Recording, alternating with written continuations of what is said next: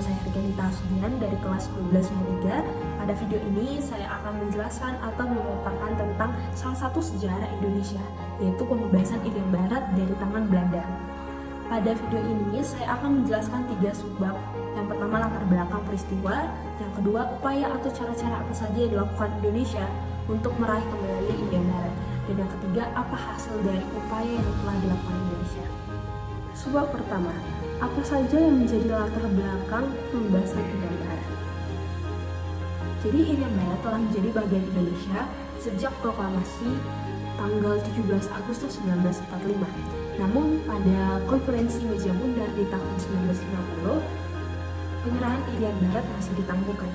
Jadi pada demokrasi tertentu, yaitu pada tahun 1959 sampai 1965, pembebasan Irian Barat semakin digencarkan.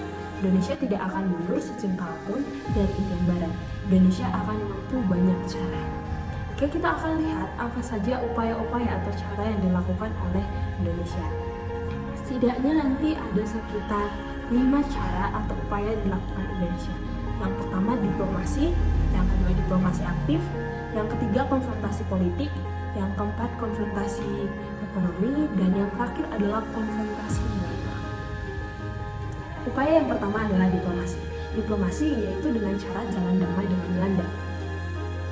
Ini dilakukan melalui perundingan bilateral yang dilakukan pada tahun 1950, 1952, dan juga tahun 1954. Hasilnya, Belanda masih enggan untuk memberikan Irian Barat kepada Indonesia. Dan Indonesia mengajukan kasus ini ke PBB, ke Forum PBB. Namun pada saat itu Indonesia belum memperoleh banyak dukungan sehingga itu belum cukup. Upaya yang kedua adalah diplomasi aktif. Pada diplomasi aktif ini, Indonesia akan mencari dukungan dari negara-negara lain yaitu melalui KAA, Konferensi Asia Afrika di tahun 1955. Nah, KAA ini dihadiri oleh 29 negara Asia Afrika yang akan mendukung penuh Indonesia untuk memperoleh kembali Irian Barat.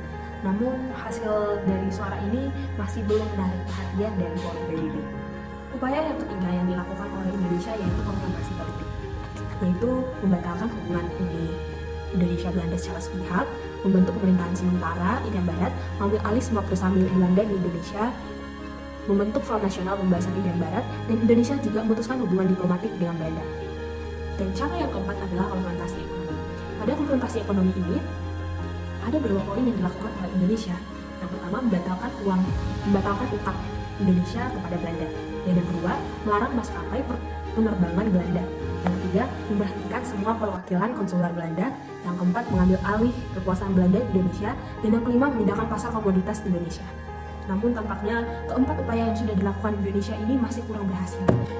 Namun, bukannya Indonesia mendapatkan kembali Irian Barat, malah kejadian atau permasalahan ini semakin memuncak.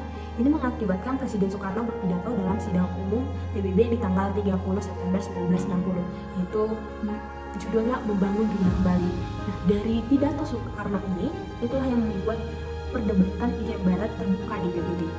Jadi Indonesia melakukan upaya yang kelima, yaitu konfrontasi militer. Pada konfrontasi militer ini, Indonesia mencari bantuan senjata dari luar negeri, dan ini dipimpin oleh A.H. Nasution.